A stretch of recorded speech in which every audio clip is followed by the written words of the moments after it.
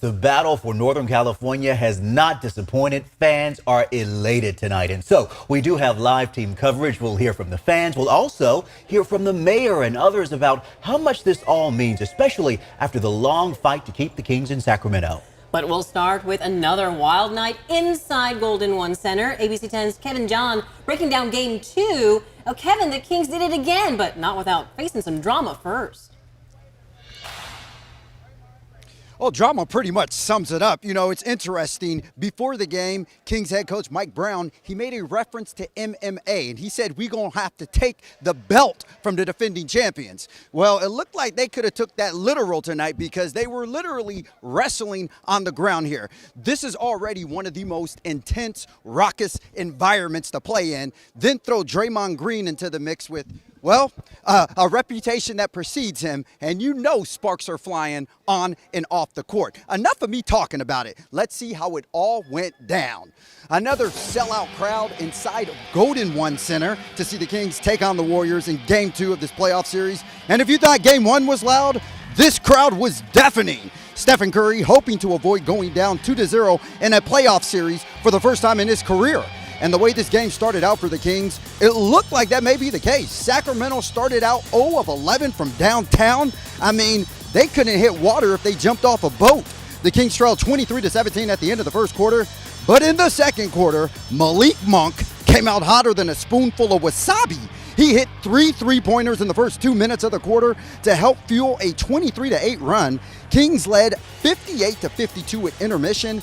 All right, now let's get to the play everyone is talking about, including my mama. Here, in the fourth quarter, with about 7 minutes left, Draymond Green gets tangled up with Domantas Sabonis on the floor. He then intentionally steps on Sabonis. Now, for all the kids watching right now, that is not a good example of sportsmanship. He then goes on to taunt the fans. Sabonis was down for about 7 minutes on the court before he was able to get up, but Draymond definitely riling up the crowd because that's what Draymond does. Now, Domas would show some toughness. He stayed in the game, finished with 24 points and 9 rebounds. De'Aaron Fox also dropped 24 as well. Golden State will make things interesting down the stretch, but the Kings are able to hold off the defending champs, 114-106 the final, and that beam is shining bright tonight. Let's hear what Mike Brown had to say after the game. Yeah, I didn't see what he did afterwards. But for sure, it's a flagrant 2 for sure, and it'll be interesting to see what the NBA does after they review it. But I didn't see the aftermath. And Dylan Moss, is he all right? I'm not sure. I'm not sure. I think he might be getting checked out now, getting X-rays and all that stuff because it was pretty hard stomp.